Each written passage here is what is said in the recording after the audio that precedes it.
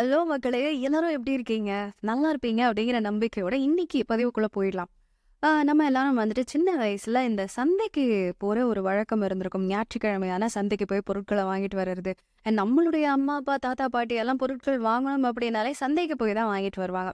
So அந்த மாதிரி சந்தைகள்ல வந்துட்டு பூக்கள் இருக்கும், பழங்கள் இருக்கும், காய்கறிகள் இருக்கும், இன்னும் நெறைய விஷயங்கள் இருக்கும். ஆனா இப்போ அந்த மாதிரி சந்தைகளெல்லாம் நம்மளால பார்க்க முடியல. ஏதாவது வாங்கணும்னா சூப்பர் மார்க்கெட்டுக்கு போறது, இந்த மாதிரி தான் வாங்கிட்டு வரோம் இல்லையா? சந்தைகளுக்கு போய் வாங்கிட்டு வர்றது அப்படிங்கிறது இப்போ ரொம்பவே கம்மியாயிருச்சு. பிகாஸ் அதிகமான சந்தைகள் இல்ல. ஆனா, சில இடங்கள்ல ஒரு சில சந்தைகள் எல்லாம் இன்னும் இருந்துட்டு தானே இருக்கு. அந்த சந்தைகள்ல விக்கிற பொருட்கள்லாம் கேட்டா, "இப்படி கூடவா? இப்படி ஒரு மார்க்கெட் இருக்கா? இது எல்லாமா விப்பாங்க?" அப்படின்னு குழப்பம் அடையிற மாதிரியும், முகம் சுழிக்கிற மாதிரியும் சில விஷயங்கள விற்பனை பண்ணிட்டு இருக்காங்க. அதுல ஒண்ணு தான் மேரேஜ் மார்க்கெட். பேர்ல இருந்தே தெரிஞ்சிருக்கும் அப்படின்னு நினைக்கிறேன். இந்த மார்க்கெட்ல என்ன விற்பனை செய்வாங்க, எதை சேல் பண்ணுவாங்க அப்படின்னு பார்த்தா, மணமக்கள சேல் பண்றாங்களாம். Brides and grooms for sale அப்படிங்கிற மாதிரி மணப்பெண்ணையும், மணமகனையும் சேல் பண்ணுவாங்களாம் இந்த மார்க்கெட்ல. 90s கிட்ஸ் உடனே குஷியாகிக்காதீங்க. இந்த ஒரு மார்க்கெட் வந்துட்டு நம்ம ஊர்ல கிடையாது. இதுக்கு முன்னாடி இருந்ததா சொல்லப்படுது. பட் அதுக்கும் ப்ராப்பரான ப்ரூஃப் இல்ல. அப்படியே ஒருவேளை இந்த மார்க்கெட் நம்ம ஊர்ல இருந்தாலும் நம்மளெல்லாம் ஃப்ரீயா குடுக்குறேன்னு சொன்னா கூட யாரும் வாங்கிக்க மாட்டாங்க. அதனால நமக்கும் எதுக்கும் சம்மந்தம் இல்ல. தள்ளி நின்னுக்கலாம். ஆனா இந்த மார்க்கெட் எங்க தான் இருக்கு அப்போ? எதனால இப்படி சேல் பண்றாங்க? என்ன நடந்துட்டு இருக்கு இந்த மார்க்கெட்ஸ்ல? அப்படிங்கிற மாதிரி எல்லா விஷயங்களும் இந்த பதிவுல முழுசா பார்க்கலாம். Welcome to Tamil threads. நான் உங்கள் மௌன மொழி.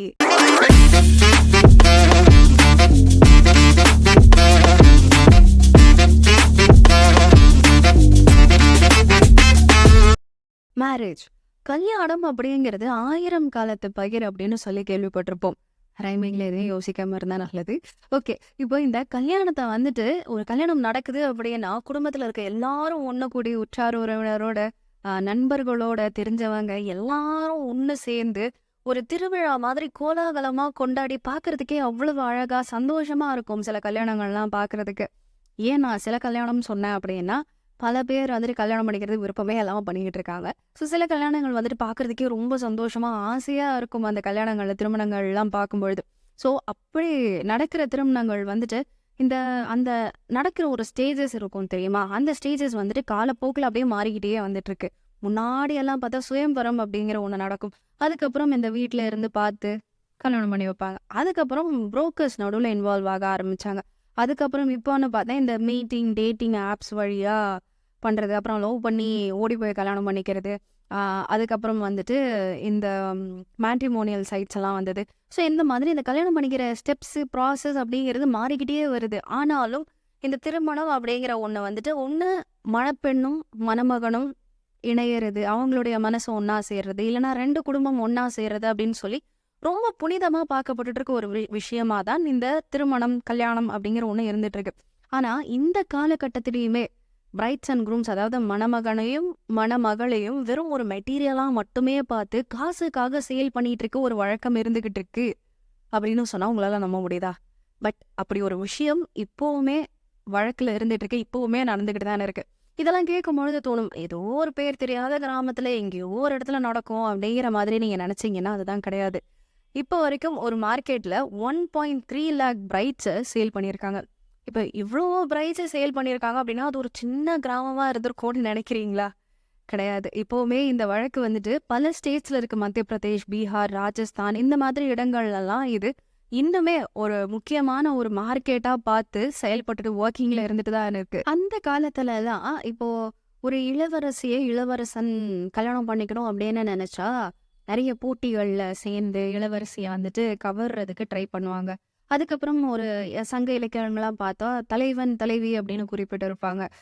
தலைவன் வந்துட்டு தலைவியை கவரணும் அப்படின்னு நினைச்சாங்கன்னா நிறைய கிஃப்ட்ஸ் கொடுக்கறது, அவங்களுக்கு பிடிச்ச மாதிரி நிறைய விஷயங்களை செய்யறது, அதுக்கப்புறம் நிறைய பொருட்கள் அவங்களுக்காக கொடுப்பாங்க. இந்த மாதிரி கிஃப்ட்ஸாக கொடுப்பாங்க. சிம்பிளா சொல்லணும் அப்படின்னா இப்போ இருக்க டவுரி சிஸ்டம் வந்துட்டு உல்டாவா இருந்தது. அண்ட் அதுவே வந்துட்டு காலப்போக்கில் என்ன ஆச்சு, டவுரியா மாறிடுச்சு. பையனை வந்துட்டு கல்யாணம் பண்ணிக்கணும் அப்படின்னா பொண்ணு வீட்டில இருந்து நிறைய பொருட்கள் கொடுக்கணும், காசு கொடுக்கணும், கார் வாங்கி கொடுக்கணும் அப்படிங்கிற மாதிரி மாறிடுச்சு. பட் இப்போ அட்வான்ஸ்டா இருக்கிறதால நிறைய ஆண்கள் வந்துட்டு இந்த வரதட்சணை கொடுக்கறதும் தப்பு, வாங்குறதும் தப்பு அப்படின்னு சொல்லி ஒரு புரிதலுக்குள்ள வந்து இப்போ அதையெல்லாம் எதிர்த்து நிற்கிறாங்க. ஸோ அந்த மாதிரி நல்ல உள்ளம் கொண்ட எல்லாருக்குமே ஒரு பெரிய அப்ளாஸ். நம்மளாம் இவ்வளோ அட்வான்ஸ்டா போயிட்டு இருக்க இந்த சமயத்துல நார்த் இந்தியாவில் இன்னுமுமே கல்யாணத்துக்காக மணமக்கள சேல் பண்றாங்க. காசுக்காக வித்துட்டு இருக்காங்க அப்படிங்கிறத கேட்கும்பொழுது மனசுக்கு ரொம்பவே கவலையா தானே இருக்கு. இந்த மேரேஜ் மார்க்கெட்ல முதலிடம் புடிச்சிருக்கிறது அப்படின்னு பார்த்தா, பீகார்ல இருக்க சௌரத் சபா அப்படிங்கிற ஒரு மார்க்கெட். இந்த மார்க்கெட்ல டைரக்ட்டாவே பேரண்ட்ஸ் இன்வால்வ் ஆகி, அ அவன் அந்த மார்க்கெட்ல அவங்களுடைய பொண்ணையோ, பையனையோ சேல் பண்ணிட்டு போயிருவாங்களாம். அதுக்கு இன்னும் ஒரு படி மேல போய் மத்திய பிரதேஷ்ல இருக்க ஷிவ்புரி மார்க்கெட். ஷிவ்புரி அப்படிங்கிற ஒரு மார்க்கெட் இருக்கு. அந்த மார்க்கெட்ல என்ன பண்ணுவாங்களாம், இந்த பிரைட்ஸ் மணமகள்கள் இருக்காங்க இல்லையா, இவங்கள விக்கிறதுக்கு இல்லனா வாடகைக்கு விடுவாங்களாம். சேல் ஆர் ரெண்ட் அப்படி பண்ணுவாங்களாம். அதுவும் அதையுமே கவர்மெண்ட்டினுடைய அப்ரூவலோட, பெர்மிஷனோட அதுக்கு பத்திரம் ஸ்டாம்ப் பேப்பர்ல எழுதி சேல் ஆர் ரெண்ட் பண்றாங்களாம். வாடகைக்கு ஒய்ஃபா? கேட்கறதுக்கு ஒரு மாதிரி கேலி பண்ற மாதிரி இருந்தாலும், இது கேட்கும்போது மனசுக்கு ரொம்பவே கவலையா இருக்கு. எவ்வளவு கொடுமையான ஒரு விஷயம்ல.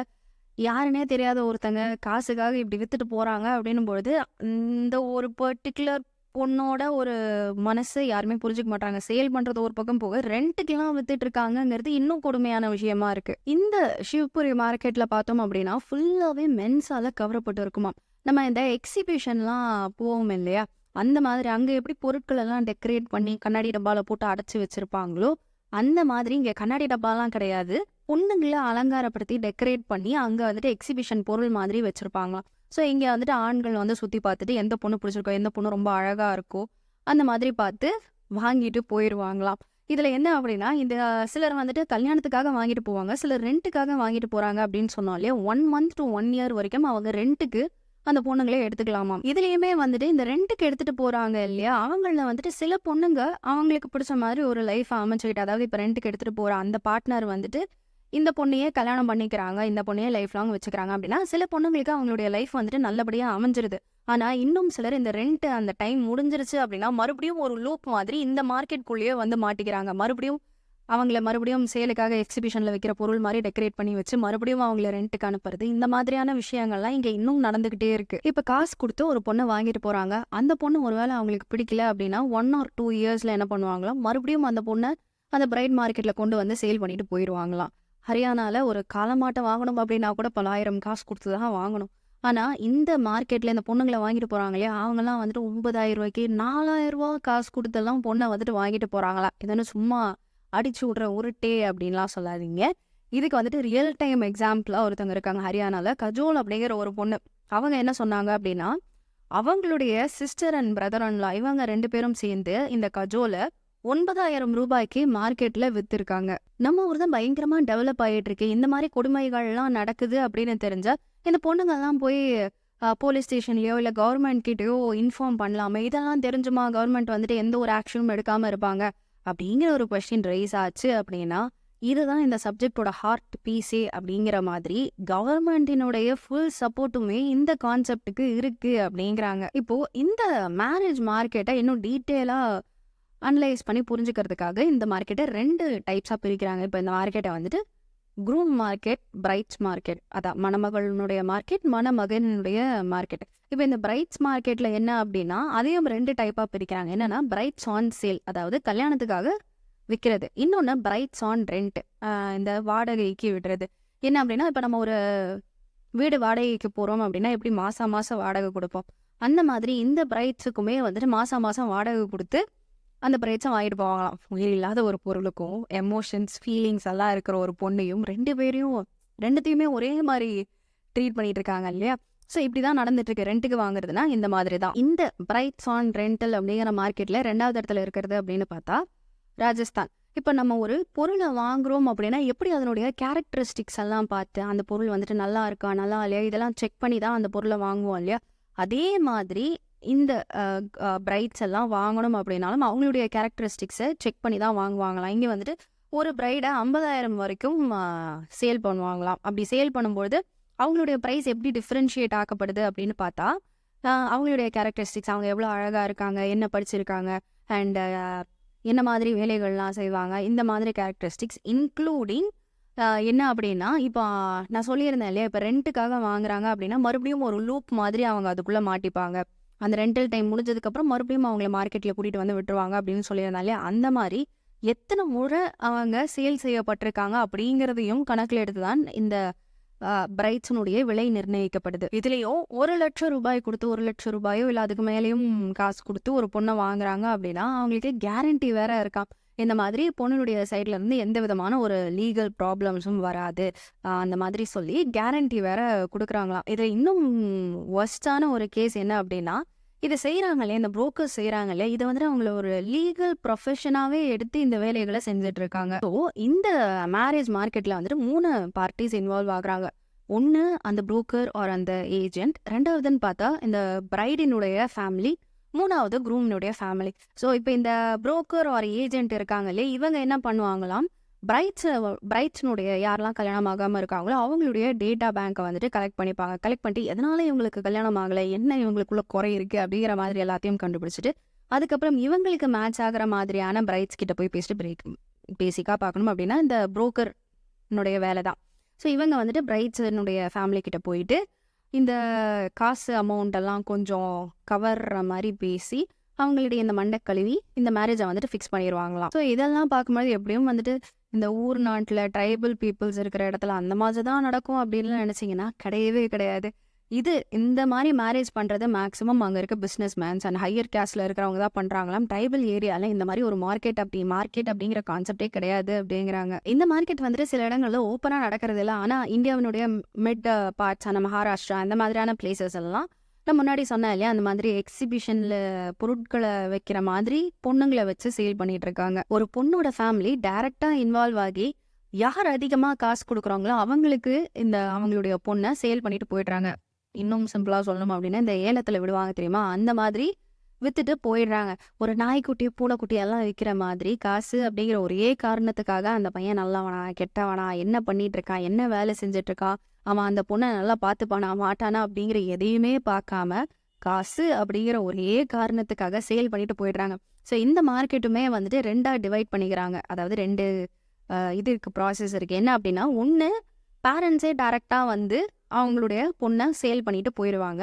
இன்னொன்று அப்படின்னு பார்த்தா இந்த புரோக்கர்ஸ் ஆர் ஏஜென்ட்ஸ் இருக்காங்க இல்லையா, கவர்மெண்டினுடைய அப்ரூவலோட அந்த ஸ்டாம்ப் பேப்பரோட வச்சு புரோக்கர்ஸ் வழியாக சேல் பண்ணிட்டு போயிடுறாங்க. சரி, பொண்ணுங்களுக்கு மட்டும்தான் எப்படியா அப்படின்னு கேட்டால் கிடையாது. நம்ம ஏற்கனவே சொன்ன மாதிரி மணமகன்களுக்கும் இதே ப்ராசஸ் தான் இருக்கு. பீகார்ல இருக்க மதுபானி அப்படிங்கிற ஏரியாவில் என்ன பண்றாங்களாம், இந்த கல்யாணம் ஆகாம இருக்க ஆண்கள்லாம் இருக்காங்க இல்லையா, இவங்க எல்லாரையும் ஒரு அரச மரத்துக்கு கீழே ஒன்னா கேதர் பண்ணிடுவாங்களாம். இப்போ இந்த கேதர் பண்ண அந்த இடத்துல வந்துட்டு அந்த குரூம்ஸ் செலக்ட் பண்றது யாரு அப்படின்னு பார்த்தா அதுதான் ஒரு அருவருப்பான ஒரு விஷயம். என்ன அப்படின்னா, ஒரு பொண்ணுக்காக தானே வரன் பார்ப்பாங்க. ஸோ அந்த குரூம்ஸை செலக்ட் பண்றது யாரு அப்படின்னு பார்த்தா இந்த பொண்ணினுடைய கணவன்மார்கள் தான் அந்த குரூம்ஸை செலக்ட் பண்ணுவாங்களாம்.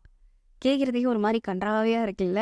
அண்ட் இதில் வந்துட்டு அவங்க எப்படி எத்தனை முறை சேல் ஆகியிருக்காங்க, அவங்களுடைய கேரக்டரிஸ்டிக்ஸ் எல்லாம் செக் பண்ணி பொண்ணை செலக்ட் பண்ணுறாங்கன்னு சொன்னோம் இல்லையா, அதே மாதிரி இங்கே வந்துட்டு எப்படி செலக்ட் பண்ணுறாங்க அப்படின்னு பார்த்தா இந்த குரூம் வந்துட்டு என்ன படிச்சிருக்காங்க, என்ன குவாலிஃபிகேஷன், எத்தனை வயசு, இந்த மாதிரியான விஷயங்கள்லாம் வச்சு குரூம்ஸை செலக்ட் பண்ணுவாங்களாம். அண்ட் அடுத்தது அப்படின்னு பார்த்தா அங்கே நம்ம சொல்லியிருந்தோம் எத்தனை முறை சேல் ஆகிருக்காங்களோ அதை வச்சு அவங்களுடைய ப்ரைஸ் வந்துட்டு மாறும், அவங்களுடைய ப்ரைஸ் வந்துட்டு டிஃப்ரென்ஷியேட் ஆகும் அப்படின்னு சொல்லியிருந்தோம் இல்லையா. அதே மாதிரி இங்கே எதை வச்சு ப்ரைஸ் வந்துட்டு வேரி ஆகும் அப்படின்னு பார்த்தா அவங்களுடைய ஏஜ் வச்சு, குரூம்ஸினுடைய ஏஜ் வச்சு. இப்போ 35 வயசு ஆகுது அப்படின்னா அவங்களுக்கு வந்துட்டு 25,000 to 50K வரைக்குமா. அண்ட் 25 வயசு ஆகுது அப்படின்னா 2 to 3 lakh வரைக்கும் குரூம்ஸை வந்துட்டு சேல் பண்ணிட்டு இருக்காங்க. நம்ம எப்பவுமே சொல்லுவோம் இல்லையா, எந்த ஒரு இஷ்யூ இருக்கு அப்படின்னாலும் அதுக்கு பேக்ரவுண்ட்ல ஏதாவது ஒரு காரணம் இருக்கும் அப்படின்னு சொல்லிட்டு, அந்த மாதிரி இந்த மேரேஜ் மார்க்கெட்டுக்கும் பின்னாடி ஏதாவது ஒரு காரணம் இருக்கா அப்படின்னு தேடி பார்த்தப்போ இந்த மேரேஜ் மார்க்கெட் அப்படிங்கிறது 700 வருஷம் பழமை வாய்ந்த ஒரு ட்ரெடிஷன் அப்படிங்கிறாங்க. பீகார் ஆட்சி செஞ்சுட்டு இருந்த மகாராஜா ஹரிசிங்ஜி இந்த குரூம் மார்க்கெட்டை இன்வென்ட் பண்றாரு. அதாவது இந்த குரூம் மார்க்கெட்டை கொண்டு வந்தாராம். இப்போ அதுக்கு வந்துட்டு 2 ரீசன்ஸ் இருக்கு அப்படிங்கிறாங்க. எப்படியும் கேவலமான ரீசனாக தான் இருக்கும் அப்படின்னு நினைக்கிறீங்களா? சரி, ஓகே. அந்த 2 ரீசன்ஸ் என்ன அப்படின்னா, இப்படி இந்த குரூம் மார்க்கெட் கொண்டு வர்றதுனால இன்டர் கேஸ்ட் மேரேஜை ப்ரமோட் பண்ண முடியும். ஸோ கேஸ்ட் டிஸ்கிரிமினேஷன் அப்படிங்கிற ஒன்றை கம்மி பண்ண முடியும் அப்படின்னு அவர் நம்பினாராம். 2வது விஷயம், டவுரி சிஸ்டம் இருக்கு இல்லையா, இந்த டவுரி சிஸ்டமை அழிக்கணும் அவர் மாற்றணும் அப்படிங்கிறதுக்காக இந்த ஒரு மேரேஜ் மார்க்கெட்டை, அதாவது குரூம்ஸ் மார்க்கெட்டை அவர் கொண்டு வந்ததா சொல்றாங்க. இப்படிப்பட்ட 2 ரீசன்ஸ்க்காக தான் குரூம் மார்க்கெட்டை இவர் ஸ்டார்ட் பண்ணி வச்சாரு அப்படிங்கிறாங்க. இப்போ அந்த ஒரு விஷயம்தான் காலப்போக்கில் வேற மாதிரி மாறி தப்பான வழியில பணத்துக்காக, பிஸ்னஸ்க்காக அப்படின்னு சொல்லி டெவலப் ஆகி போயிட்டு இருக்க. இப்போ க்ரூம் மார்க்கெட்டுக்கு இந்த மாதிரி ஒரு பேக்ரவுண்ட் இருக்கு. ஆனா பிரைட்ஸ் மார்க்கெட்டுக்கு ஒரு பேக்ரவுண்ட் அப்படிங்கிற ஒண்ணு கிடையவே கிடையாது. சரி, ஓகே. ஏன் இந்த காலத்துலயும் நீங்க இந்த மாதிரி மார்க்கெட்ல போய் உங்களுடைய பசங்கள ஆர் பொண்ணுங்கள வந்துட்டு சேல் பண்றீங்க அப்படின்னு கேட்கும்பொழுது, அங்க இருக்க மக்கள்லாம் வந்துட்டு, எங்களுக்கு இதுல 4 பெனிஃபிட் இருக்கு அப்படின்னு கேட்கறாங்களாம். இந்த சர்வேவ யார் எடுத்தா அப்படின்னு பார்த்தா, டைம்ஸ் ஆஃப் இந்தியா என்ன பண்றாங்க, மக்கள்கிட்ட டைரக்ட்டா போய் சர்வே ஒரு கொஸ்டின்ஸ் மாரி கேட்கும்பொழுது தான், மக்கள் இந்த ஆன்ஸர சொல்லியிருக்காங்க. இத கேட்கும்பொழுது லைட்டா கடுப்பா தான் ஆச்சு. அது என்ன அப்படின்னா, முதல் விஷயம், அந்த ஊர்ல அவங்களுடைய ஊர்ல வந்துட்டு பொண்ணுங்க ரொம்பவே கம்மியா இருக்காங்களாம். ஸோ, இப்போ ரொம்ப ஏழையான ஒருத்தரு, ஃபார்மர் இந்த மாரி இருக்கவங்களுக்குலாம் ஒரு கல்யாணம் பண்ணணும் அப்படின்னா, நெறைய செலவு பண்ணி கல்யாணம் பண்ற மாரி இருக்கும். ஆனா, இந்த மார்க்கெட்டுக்கு இவங்க வந்தாங்க அப்படின்னா, ரூ. 4000 ரூ. 5000 குடுத்தாலாம் பொண்ணுங்கள வாங்கிட்டு போயிடலாம் கல்யாணத்துக்காக அப்படிங்கிறாங்க. 2வது விஷயம் அப்படின்னு பார்த்தா, ஒரு வீட்ல 2 பேச்சுலர்ஸ் இருக்காங்க. எக்ஸாம்பிளுக்கு அண்ணன், தம்பி இருக்காங்க அப்படின்னா, இதுல ஒருத்தங்க கல்யாணம் பண்ணிக்கிட்டா, அதாவது அண்ணன் வந்துட்டு கல்யாணத்துக்காக மார்க்கெட்ல இருந்து பொண்ணு வாங்கிட்டு வந்தாங்க அப்படின்னா, அத தம்பியும் யூஸ் பண்ணிக்கலாமா. 2 பேருக்குமே அவங்க ஒய்ஃப் மாதிரி தானா. இத கேட்கும்போது பயங்கரமா கடுப்பாச்சு. அண்ட் 3வது விஷயம் என்ன அப்படின்னா, அப்படியே அவங்க கல்யாணத்துக்காக மார்க்கெட்ல இருந்து ஒரு பொண்ண வாங்கிட்டு வராங்க அப்படின்னா, ஒருத்தர் மட்டும் கல்யாணம் பண்ணிக்கிட்டாங்க அப்படின்னாலும், அவங்களுடைய வம்சத்த டெவலப் பண்றதுக்கு யூஸ் ஆகும். குழந்தை வந்துட்டு பெத்துச்சு அப்படின்னா, அந்த அந்த அவங்க வந்துட்டு அந்த குழந்தைய பெத்துக்கிட்டாங்க. ரிலேஷன்ஷிப்ல இன்வால்வ் ஆகி குழந்தை பொறந்துருச்சு அப்படின்னா, அவங்களுடைய வம்சம் வந்துட்டு விரிவடையும் அப்படிங்கிறதுக்காக. பேசிக்கா பார்க்கணும் அப்படின்னா, வம்சத்த பெருசாக்குறதுக்காகவே பொண்ணுங்கள வந்துட்டு ஒரு மெஷின் மாதிரி யூஸ் பண்ணிட்டு இருக்காங்க இங்க. அண்ட் அடுத்த விஷயம் அப்படின்னு பார்த்தா, 4வது விஷயம் என்ன சொல்றாங்க, இந்த பேரண்ட்ஸே டைரக்ட்டா இன்வால்வ் ஆகி சேல் பண்றாங்க இல்லையா? அதுக்கும் என்ன காரணம், 4வது கடைசி விஷயம் என்ன அப்படின்னு சொல்றாங்கன்னு பார்த்தா, எங்களுக்கு இதனால காசு கிடைக்கும் அப்படிங்கிறாங்க. இதுதான் அவங்க சொல்ற அந்த 4 பெனிஃபிட்ஸ். ஸோ, அவங்கள பொறுத்த வரைக்கும் அந்த ஊர்ல பொண்ணுங்க அப்படிங்கிறது ஜஸ்ட் ஒரு ப்ராஃபிட் மேக்கிங் மெஷின் அவ்வளோதான். இப்போ அவங்க மார்க்கெட்ல போய் வித்துட்டு வராங்க இல்லையா? வித்துட்டு வந்துட்டு அந்த காசு இருக்கும் இல்லையா? அந்த காச வச்சு என்ன பண்ணுவாங்களாம், அவங்க ஃபேமிலில இருக்க பையனுக்கு ஒரு பிரைடு தேடணும்ல.